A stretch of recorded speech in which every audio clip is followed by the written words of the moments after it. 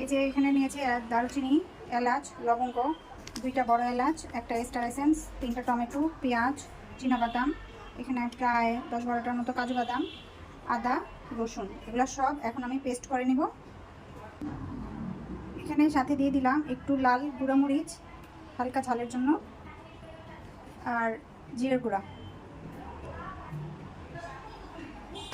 ঝালটা যার যার স্বাদ মতো দিলেই ভালো হয়।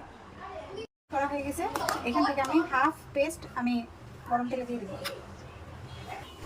এখানে আমি হাফ পেস্ট নিয়ে নিলাম, এই পেস্ট আমি এখন ভেজে নেব।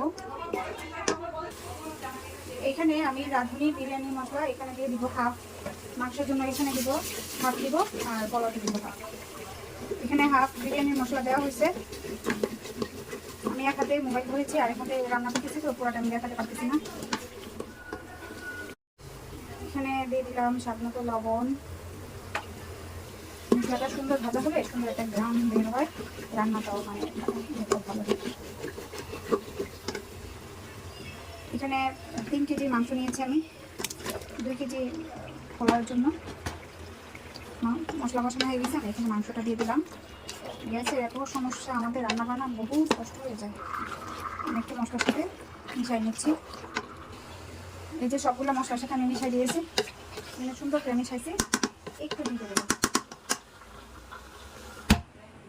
এখানে অনেকটা একদম প্রায় কষানো হয়ে আসছে, এখন টক দই দিয়ে নামাই নিব। সুন্দর হয়েছে, ফ্লেভার অনেক ভালো হয়েছে, সুন্দর ফ্লেভার বের হয়েছে। এখানে 1 কাপের মতো আমি টক দই দিয়ে দিচ্ছি। এক হাতে মোবাইল ধরে কাজ করা অনেক কষ্ট হয়ে যায়। এখানে টক দই দিলাম 1 কাপের মতো। এখানে আমি চিমটি পরিমাণ চিনি দিলাম। কিশমিশের মিষ্টিটা দিলে বেশি ভালো হয়, মানে কিশমিশটা দিলে, কিশমিশটা আনতে ভুলে গেছি। আপনারা কিশমিশ ব্লেন্ড করে দিবেন, চিনি দিবেন না। চিনি মিষ্টি চাইতে কিশমিশের মিষ্টিটা বেশি মজা। এখানে পেস্টটা যে বানিয়েছিলাম, মাংসের মধ্যে যে পেস্টটা দিয়েছি, এই হাফ পেস্ট এখানে দিয়েছি, আর বিরিয়ানির মশলাটাও এখানে দিয়েছি। স্বাদ মতো লবণ দিয়ে এখন সব কষাই নিচ্ছি আমি। মশলা কষানো হয়ে গেছে, এখন আমি পোলার চালটা দিয়ে দিলাম। এখন এই পোলার চালের সঙ্গে মশলাটা আমি ভালোভাবে সুন্দরভাবে ভেজে ভেজে নিব, একদম ভালো করে কষা নিব। এই কষানোর মধ্যে অনেকটা ইয়ে চলে আসবে, মানে এখানে আসল টেস্ট। এখানে পোলার চাল কষায় যে পানি দিয়ে দিচ্ছি এখানে, এখন পানিটা ভালো কষলে তারপরে আমি মাংসটা দিব। এই যে পোলাওটা এই যে একটু সমান সমান হয়ে আসছে, এখন আমি মাংসটা ছেড়ে দেবো। গ্যাসের চুলা হলে আরও বেশি সুন্দর হতো। এই যে দেখেন মাংস তেল উঠে আসছে। এই যে মাংস মিশিয়ে দিছি, এখন আমি এটা দম দিব, একদম চাপা ঢাকনা দিব একদম। একটু করে ঘি দিয়ে দিলাম, ঘি দিয়ে। এই যে বিরিয়ানি রান্না হয়ে গেছে, এখন সবাইকে খাওয়াবো। ইন্ডাকশনে রান্না করেছি তো, হয়তো একটা দুটো মানে ইয়ে আছে না, চালগুলো একটু ভেঙে ভেঙে গেছে, একটু ভেঙে গেছে, কিন্তু অনেক নাই, একটা দুইটা এই যে নাড়াচাড়া দিয়ে দিচ্ছে একটু পরপর। গ্যাসের চুলা রান্না করলে বেশি ভালো হয়। ভালোই হয়েছে ইন্ডাকশনে রান্না করার কথা। আলহামদুলিল্লাহ, সুন্দর গ্রাম হয়েছে। এখন বাড়ি হবে এই সবাই খাও। কি বাবা জান কেমন হয়েছে? অনেক সুন্দর, মজা মজা?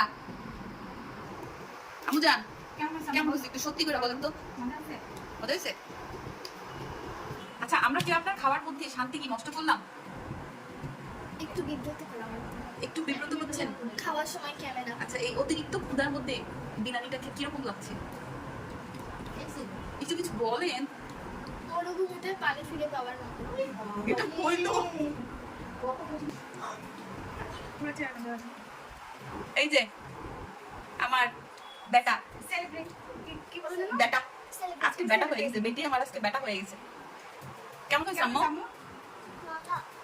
সত্যি? এই জন্য তো নিজে খাচ্ছে। এটা হলো আমার বার্থডে কার্ড।